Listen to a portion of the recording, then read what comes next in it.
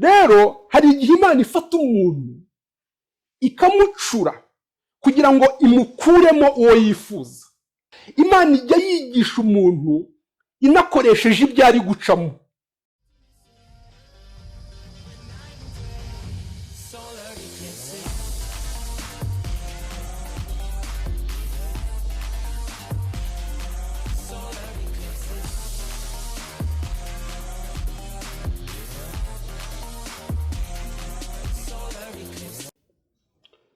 Yesu ashimwe bene data. Uyu ni Mwalimu Valens ugarutse ku nyigisho zigamije guhindura ubuzima bwawe. Uyu munsi nkuzaniye inyigisho nziza ijyanye n'ubuzima ucamo buri munsi. Mu buzima bwa buri munsi uko mubizi, umwana w'umuntu aca mu bibazo bitandukanye. Birashoboka ko hari ibibazo urimo gucamo uyu munsi, cyangwa se ni umugabo wawe cyangwa umugore wawe uri kubicamo, cyangwa se n'abana bawe, cyangwa se n'umwe mu bantu bo mu muryango wawe, cyangwa n'abaturanyi, cyangwa umuntu uzi. Mbese ni ukuvuga ngo muri make ibibazo umuntu acamo ni byinshi, biratandukanye, twese duhura nabyo, nta muntu n'umwe kuri iyi si udahura n'ibibazo. Ariko uyu munsi isomo nkuzaniye, naje nafashe biriya bibazo umwana w'umuntu acamo, mbicamo ibice bitatu. Ni ukuvuga ngo umwana w'umuntu, ni ukuvuga ngo ibibazo biboneka mu buzima bw'abantu bigabanijemo ibice bitatu. Uyu munsi rero nibyo nagira ngo tuganireho, turebe ibibazo abantu banyuramo ni ibihe bice bitatu bigabanijemo. Tugiye kureba ibice bitatu by'ibibazo abantu bacamo. Noneho ndagira ngo uze kunkurikira neza, kuko hano bizagufasha, kuko akenshi urabona ko iyo umuntu ahuye n'ikibazo, kenshi aba yifuza ko icyo kibazo cyakemuka. Nta muntu n'umwe uhura n'ikibazo ngo yifuze ko cyagumaho, aba yumva yifuza ko icyo kibazo cyakemuka kikarangira. Niyo mpamvu rero iri somo riraza kugufasha kumenya uburyo ibibazo uhura nabyo, kumenya uburyo uzadiringa nabyo. Kuko umuntu aca mu kibazo akavuga ati nzakora iki kugira ngo iki kibazo gikemuke, ugasanga byamucanze, ntabwo azi icyo gukora. Tugiye kureba rero ubwoko butatu bw'ibibazo biboneka mu buzima bw'abantu. Ni isomo nuko riteye, n'ubwoko butatu bw'ibibazo biboneka mu buzima bw'abantu. Ndagira rero ngo unkurikire, ni ukuvuga ngo ibibazo uri gucamo uyu munsi biri muri imwe muri izi kategori eshatu ngiye kuvuga. Ubwoko bwa mbere bw'ibibazo abantu bacamo ni ibibazo bizanwa n'umurimo Imana iri gukora mu buzima bw'umuntu.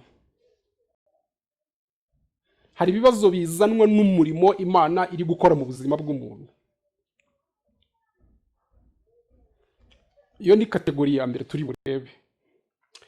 Kategori ya kabiri y'ibibazo biboneka mu buzima bw'abantu ni ibibazo biza nk'ikimenyetso cy'uko Satani atishimiye intambwe umuntu aba yateye iyo yagarukiye Imana, iyo yinjiye mu by'Imana, iyo yakiriye Kristo mu buzima bwe, iyo yiyemeje kubaha Imana no kugendana n'Imana. Ni ukuvuga ngo hari ibibazo biza ku buzima bwe nk'ikimenyetso cy'uko Satani atishimiye intambwe yateye. Iyi ni kategori ya kabiri turi burebe. Kategori ya gatatu rero turi burebe ni ibibazo biza ari ingaruka y'ibyaha umuntu arimo gukora. Kuko umuntu ashobora gukora ibyaha bitandukanye, hakagira ibibazo ahura nabyo kubw'ibyaha arimo gukora. Nizo kategori eshatu turi buze kureba. Ni ukuvuga ngo ibibazo biboneka mu buzima bw'abantu biciyemo ibyo bice bitatu. Igice cya mbere tubonye ko ni ibibazo bizanwa n'umurimo Imana iri gukora mu buzima bw'umuntu. Kategori ya kabiri ni ibibazo biza nk'ikimenyetso cy'uko Satani atishimiye intambwe wateye iyo wiyemeje kubaha Imana no kugendana n'Imana. Kategori ya gatatu ni ibibazo biza nk'ingaruka z'ibyaha umuntu arimo, ibyaha umuntu arimo gukora. Reka duhere kuri kategori ya mbere. Tubonye ko hari kategori ya mbere y'ibibazo, ni ibibazo bizanwa n'umurimo Imana iri gukora mu buzima bwawe, cyangwa se reka mbivuga kuri ubu buryo, ni ibibazo Imana yemera ko bikugeraho, ikabyemerera bikaza ku buzima bwawe kubera umurimo ishaka gukora muri wowe. Ibibazo Imana yemera ko bikugeraho, ikabireka ikabyemerera bikaza mu buzima bwawe kubera umurimo ishaka gukora muri wowe.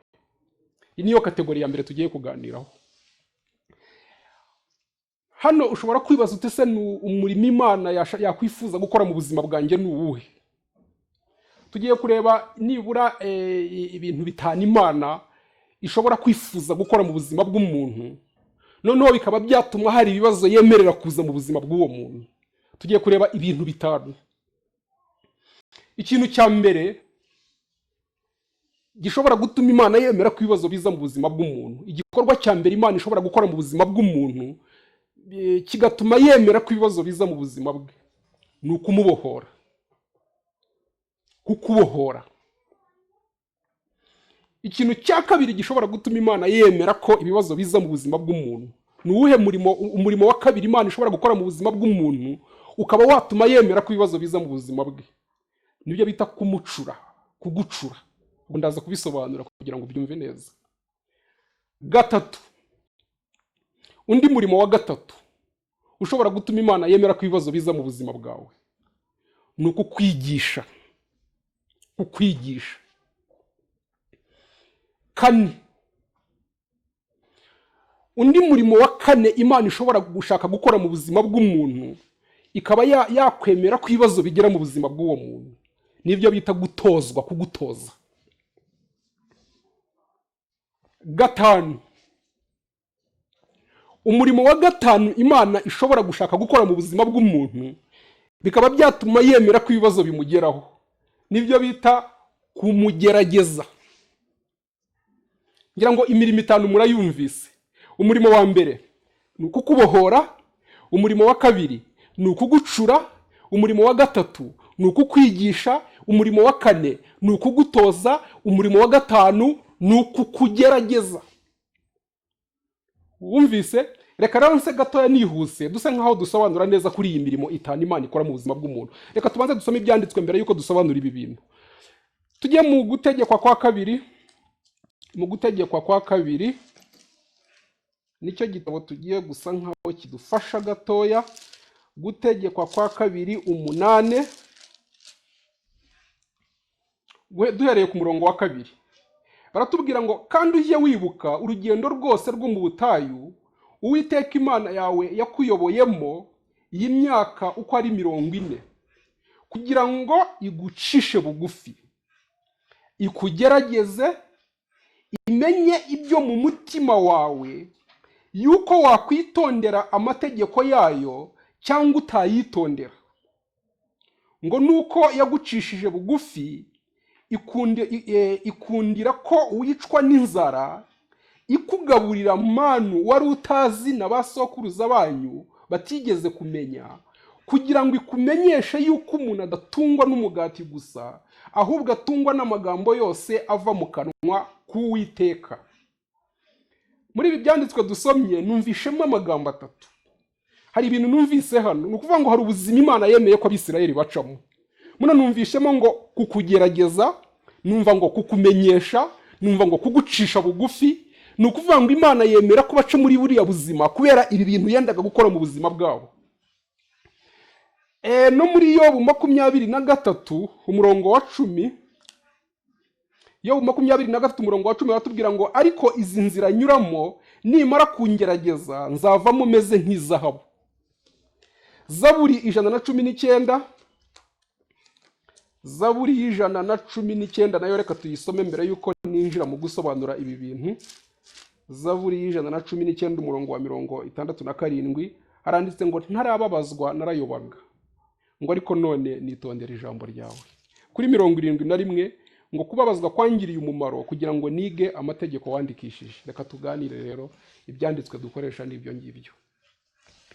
Navuze ko hari imirimo itanu Imana irishaka gukora mu buzima bw'umuntu, noneho bigatuma yemera ko hari ibibazo biza mu buzima bw'uwo muntu kugira ngo ibyifashishe iri gukora uwo murimo mu buzima bw'uwo muntu.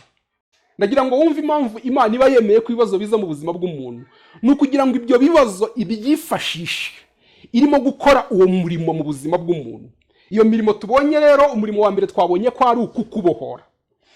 Kubera ubuzima bw'ibyaha tuba twaraciyemo, kenshi umuntu aba yaciye mu buzima bw'ibyaha, kutubaha Imana, kwiyobora, noneho bikaza gutuma uwo muntu abohwa mu buryo bw'umwuka. Ugasanga uwo muntu mu buryo bw'umwuka araboshywe. Noneho ariko Imana ikaba ifite umugambi ku buzima bw'uwo muntu, nubwo aboshywe mu buryo bw'umwuka, ariko hari umugambi Imana ifite ku buzima bwe. Hari ibintu igambiriye kuzamukoresha, hari umugambi mwiza ifite, bigatuma Imana imuyobora mu nzira yo kubohoka. Noneho reka nkubwire ukuntu bigenda. Hari igihe umuntu aba ari mu buzima bwo kudamarara, aguwe neza, bigatuma ya nzira yo kubohoka atayinjiramo, kubera ko afite ibyo kurya, afite ibyo kwambara, nta ndwara arwaye, bigatuma asa nkaho yibereye mu kudamarara. Ariko bigatuma umugambi Imana imufiteho udashobora kugerwaho, kubera ko aboshywe mu buryo bw'umwuka. Ibi rero bigatuma Imana yemera ko ikibazo kiza mu buzima bw'uwo muntu, kugira ngo cya kibazo kizamutere kujya gushaka Imana, kugira ngo cya kibazo kizamutere kwinjira mu buzima bwo gusenga, kugira ngo cya kibazo kizamutere kujya gushaka abakozi b'Imana ngo bamusengere. Yamara noneho ni ukuvuga ngo kiriya kibazo nicyo kimwinjije mu nzira yo kubohoka.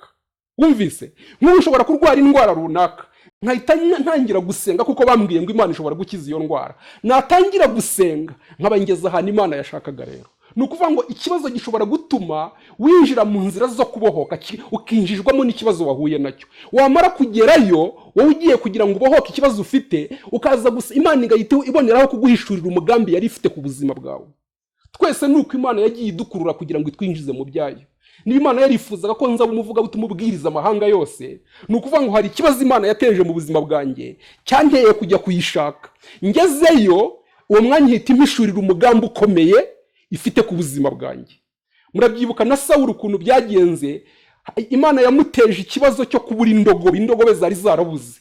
None indogobe zibuze, bahaguruka bagiye kuzishaka. Urumva, indogobe zirabuze, bagiye gushaka indogobe. Ndagira ngo wumve ikibazo kivutse. Indogobe zirabuze, bagiye kuzishaka. Barimo bashaka izo ndogobe. Ni ukuvuga ngo Imana yayoboye Sawuli ku mukozi wayo Samweli. Samweli ahita abwira Sawuli ngo iby'indogobe byo bireke zo zabonetse, ntugire ikibazo. Ahubwo ahita abwira Sawuli umugambi Imana ifite ku buzima bwe. Ndagira ngo wumve ibibazo Imana yemera ko biza ku buzima bw'umuntu, kugira ngo iyobore uwo muntu mu nzira zo kubohoka, kugira ngo ibone uko isohoza umugambi ifite ku buzima bw'uwo muntu. Iki cya mbere muracyumvise, kubohoka. Tujye kuri kabiri. Ikindi kintu Imana ikora ku buzima bw'umuntu, uwundi murimo twabonye wa kabiri Imana ishaka gukora ku buzima bw'umuntu, nibyo bita donc ni kugucura. Kugucura ni ukuvuga iki? Ni ukuvuga ngo ubu uyu munsi ufite ukuntu utekereza, ufite ukuntu uvuga, ufite ukuntu ugenda, ufite imyibwirire, ufite uko ubona ibintu bitandukanye n'uko Imana ibishaka. Mbese ni ukuvuga ngo uyu munsi ushobora kuba umeze nk'uko Imana itabishaka. Ntabwo utekereza nk'uko Imana ibishaka, ntabwo ukora ibyo Imana ishaka, imigendere yawe n'imikorere yawe binyuranye no gushaka kw'Imana. Rero hari igihe Imana ifata umuntu ikamucura kugira ngo imukuremo uwo yifuza. Donc Bibiliya iravuga ngo mugire umutima nk'uwari uri muri Kristo Yesu. Habaho igihe Imana igambirira kuremamo umuntu umutima umeze nk'uwari uri muri Kristo Yesu, bigatuma hari ibibazo yemera ko biza ku buzima bw'uwo muntu kugira ngo imucure, imukuremo uwo yifuza. Kuko ni ukuvuga ngo uruganda Imana ikunda gukoresha iri gucura abana b'abantu kugira ngo bahindure uko yifuza, ni uruganda rw'ibigeragezo. Twabisomye muri Yobu, mu gitabo cya Yobu 23:10 haranditse ngo ariko izi nzira nyuramo, ngo nimara kungerageza ngo nzavamo meze nk'izahabu. Ndagira ngo ubyumve, ngo nimara kungerageza nzavamo meze nk'izahabu. Ni ukuvuga ngo hari ukuntu umuntu aba ameze bitandukanye n'uko Imana ibishaka, bigatuma Imana imucisha mu kugeragezwa, mu bigeragezo, kugira ngo azasohoka ameze nk'izahabu, azasohoka afite umutima nk'uwari uri muri Kristo Yesu, nk'uko ijambo ry'Imana ribitubwira. Ibyo nibyo bita kugucura. Hari ibibazo bizanwa rero nuko Imana irimo kugucura kugira ngo iguhindure nk'uko ibishaka. Turagiye tugeze kuri gatatu. Ikintu cya gatatu tubonye Imana ishobora gukora ku buzima bw'umuntu, yagambirira gukora bigatuma yemera ko ibibazo bigera ku muntu. Twabonye ko ari kukwigisha, kukumenyesha. Ni ukuvuga ngo hari igihe Imana ifata umuntu ikamushyira mu ishuri ry'ibigeragezo, ishuri ry'ibibazo, kugira ngo igire ibintu imwigisha atarazi. muri Zaburi 32 umurongo wa 8 haranditse ngo nzakwigisha nkwereke inzira unyuramo. Ni ukuvuga ngo bimwe mu bintu Imana ikora mu buzima bw'umuntu ni ukumwigisha. Imana rero yigisha umuntu mu buryo butandukanye. N'ubu turimo tuvugana gutya ubu Imana irimo kukwigisha iciye muri ngewe, ariko ntabwo ari uburyo Imana ikoresha yigisha umuntu gusa. Imana ijya yigisha umuntu inakoresheje ibyo ari gucamo. Umuntu agaca mu bibazo bikomeye cyane akazabisohokamo ari kuvuga ngo ndize kabisa, ngo ndize ngo ubumenye byinshi Imana yanyigishije byinshi kubw'ibyo ndi gucamo. Ni ukuvuga rero ngo hari ibibazo biza ku buzima bwawe bigambiriye kukwigisha kugira ngo umenye ibintu utaruzi. Ni bya bindi nigeze kubabwira ngo Imana ishobora kwemera ko uburwayi bugera ku muntu, noneho Imana yarangiza ikabumukiza kugira ngo amenye ko Imana ibasha gukiza iyo ndwara atarabizi.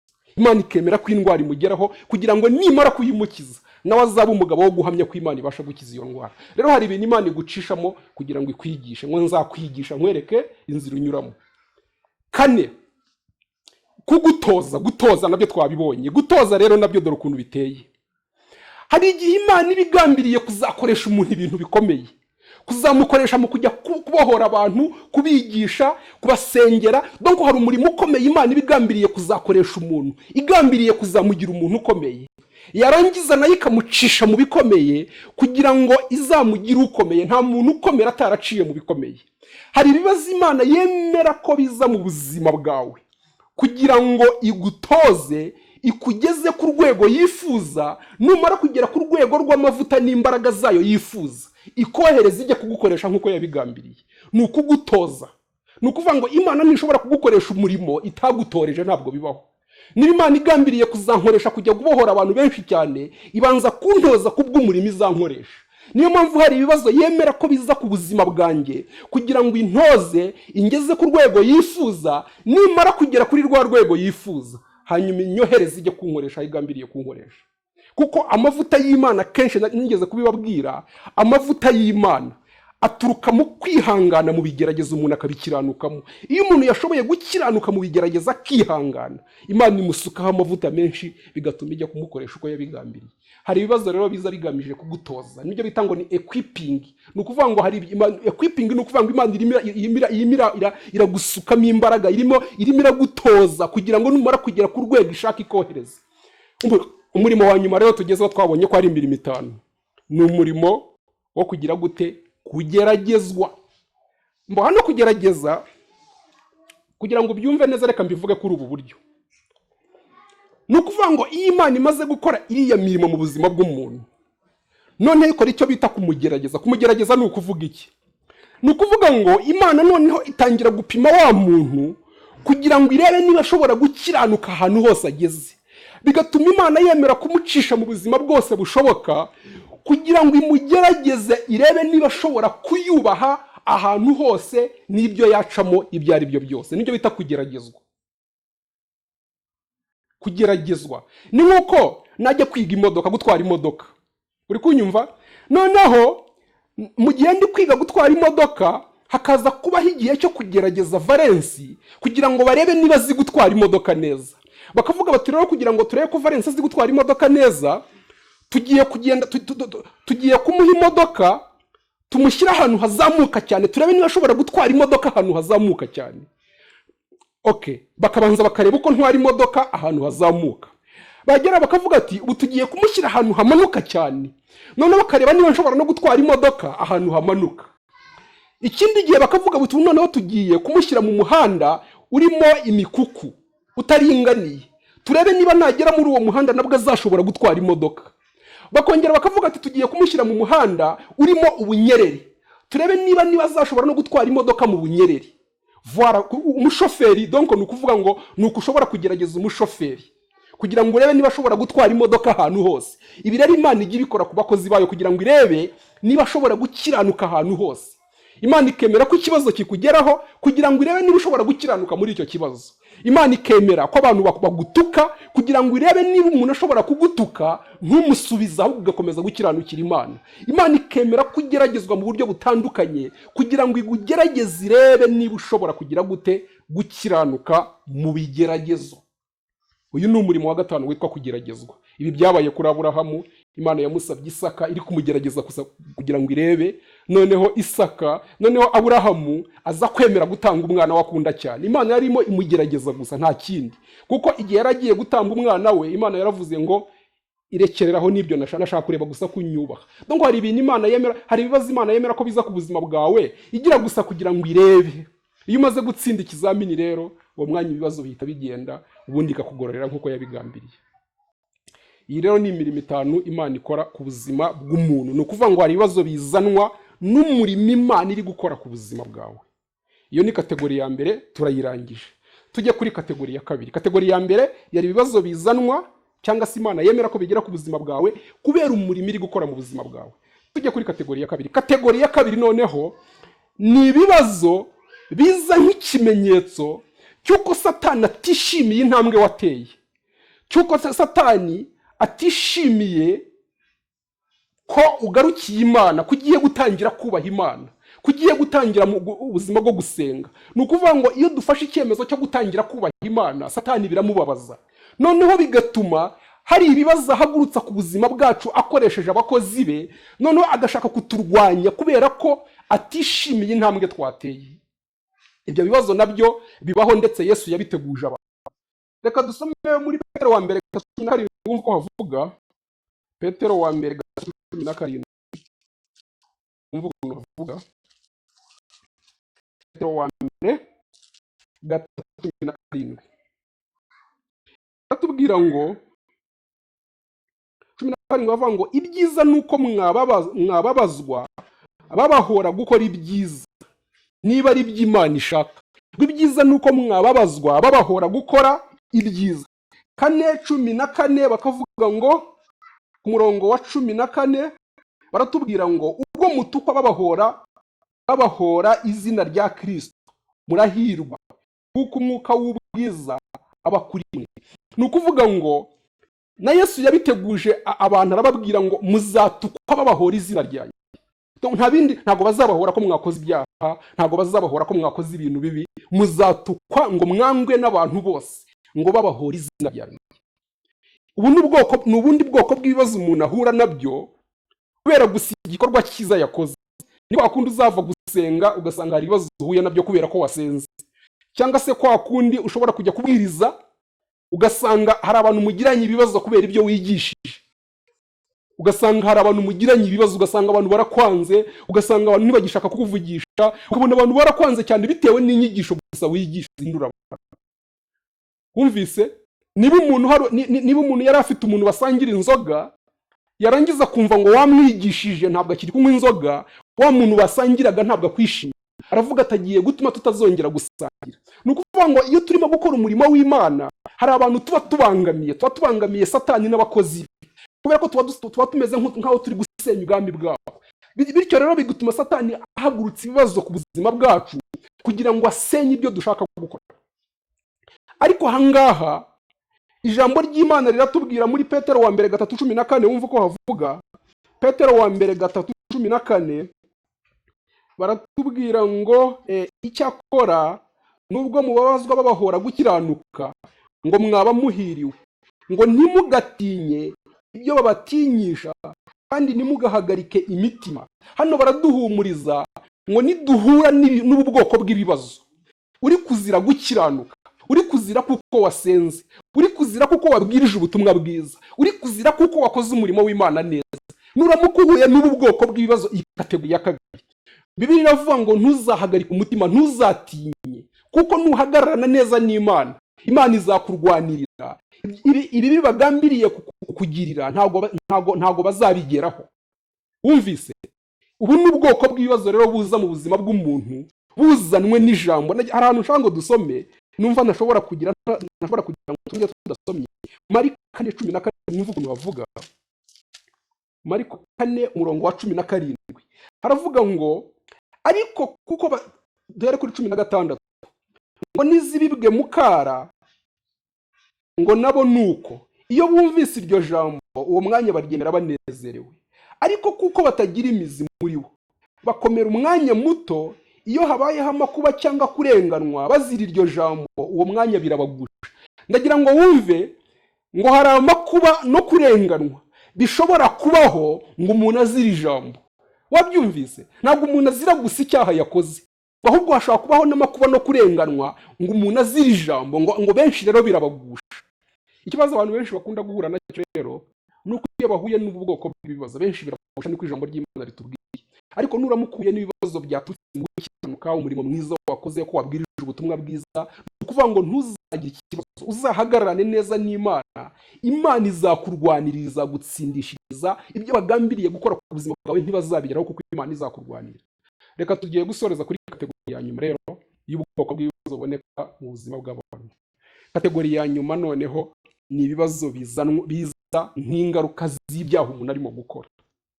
Ugasanga umuntu tuvuge ari mu busambanyi, ari mu bujura, ari mu bwesikoro, ari mu byaha bitandukanye. None ugasanga hari ibibazo ari guhura nabyo ari ingaruka z'ibyaha arimo gukora. Ugasanga ndibye barafunze ngo Valens arafunzwe kuko yagiye kwiba ahantu mu gipangu baramufata. Ndagira ngo wumve, muri gereza ndi guhura n'ibibazo bikomeye, ariko bije nk'ingaruka z'icyaha nakoze. Ngo hari ibibazo umuntu ahura nabyo kubera ibyaha arimo. Uyu nguyu rero inama nakugira kuri iyi kategori y'ibibazo. Kuri iyi kategori y'ibibazo nuramukuye nabyo, nta kindi kintu ugomba gukora. Ni ukuvuga ngo ni ukwihana ibyaha, ukabireka ukabisabira imbabazi, warangiza ugasenga usaba Imana kugira ngo igukurireho ingaruka zabyo. Ni ukuvuga ngo ibi bibazo nta wundi muti wabyo usibye gusa kwihana ibyaha ukabivamo ukabireka.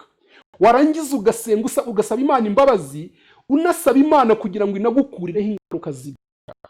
Ariko ukibirimo utarabireka, utarasaba Imana imbabazi ngo wiyunge nayo unayisaba gukurireho ingaruka, ni ukuvuga ngo ibyaha biguma ku buzima bw'umuntu, kandi iherezo ry'ibi bibazo byo ni ku rupfu. Ingaruka y'ibyaha murabizi ni urupfu. Rero ni ukuvuga ngo iyi niyo kategori dushorejeho. Twize kategori 3 z'ibibazo biboneka mu buzima bw'abantu. Hambere twabonye ko hari umurimo Imana iri gukora mu buzima bw'umuntu, bigatuma yemera ko hari imubaho kubw'umurimo iri gukora mu buzima bwe. Ni ukuvuga ngo ahangaha naho inama nagira umuntu, iyo uri guca muri ibi bibazo byagutya bitewe n'umurimo Imana iri gukora muri wowe, ni ukuvuga ngo ikintu busabwa ni iki? Ikintu busabwa ni ugukorana n'Imana neza kugira ngo ikigambiriye ikigereho vuba. Niba hari ibintu ishaka kukwigisha cyangwa se hari urwego ishaka kukugezaho, ni ukuvuga ngo birasaba kugira ngo ukorane nayo muri ibyo bibazo, kugira ngo igere ku kigambiriye vuba. Kuko iyo Imana imaze kugera ku kigambiriye, ni ukuvuga ngo bya bibazo birahagarara. Ariko reka mbabwire ikosa abantu bakunda gukora. Abenshi iyo bahuye n'ubwoko bw'ibibazo bitewe n'umurimo Imana ishaka gukora mu buzima bwabo, banga gukorana nayo. Ugasanga ikintu Imana yashaka kumwigisha mu mwaka umwe gitwaye imyaka 5, kandi yaza gukorana n'Imana ku buryo mu mwaka umwe bamaze kwiga iby'Imana ishaka kumwigisha, bya bibazo byari guhagarara mu mwaka umwe. Ariko ugasanga umuntu atinze mu ishuri kubera ko atamenye gukorana n'Imana. Ugasanga ibyari gutwara umwaka umwe bitwaye imyaka 5, abandi bitwara imyaka 10 na 20.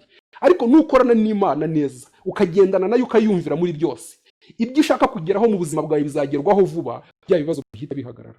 Kuri kategori ya 2 ho nabibabwiye, ni ibibazo bizanwa nuko Satani atishimiye intambwe wateye. Ibi byo Bibiliya yatubwiye muri Petero wa mbere 3 ko tugomba gusa kudatinya, ntabwo tugomba guhangayika. Ni ukuvuga ngo Imana iri kumwe nawe, izakurwanirira nuhagararana nayo.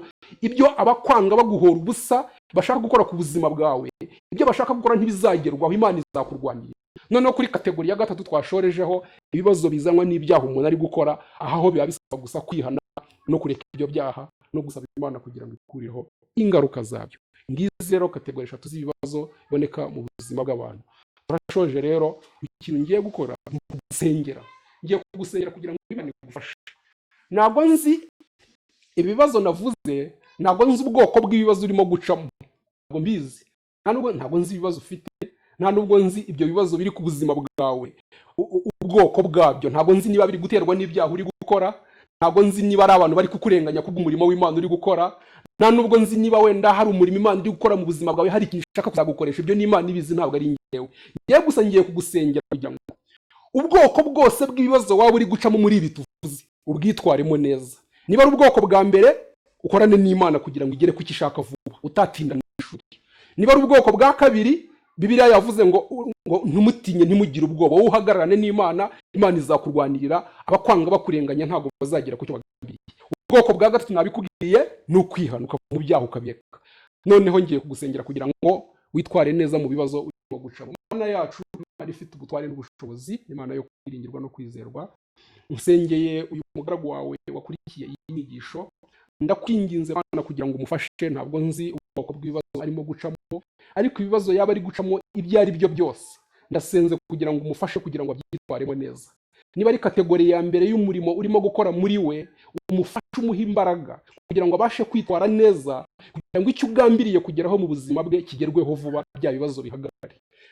Niba ari guca muri kategori ya kabiri y'ibibazo, ngo bamuhora izina ryawe, nabwo ndasenze kugira ngo umurwanire, umurengere, ube ku ruhande rwe, uburizemo ibikorwa by'abanzi bashaka gukora ku buzima bwe, kugira ngo nawe azahagarare ahamya ko kuri Imana itabara.